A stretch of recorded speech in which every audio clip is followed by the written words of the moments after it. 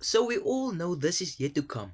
This Brian Mbeumo and Carlos Baleba is yet to come. Michael Carrick has just submitted his plans for the transfer window. He has already signed T Lemons. Lemons is busy signing a contract. Manchester United have not approved his contract yet, but Manchester United are ready to sign T Lemons. But this he is still coming to Manchester United. Two midfielders is still coming to Manchester United. Manchester United is going to sign Carlos Baleba. As we all know, Carlos Baleba is about 56 million, and we need Carlos Baleba at Manchester United.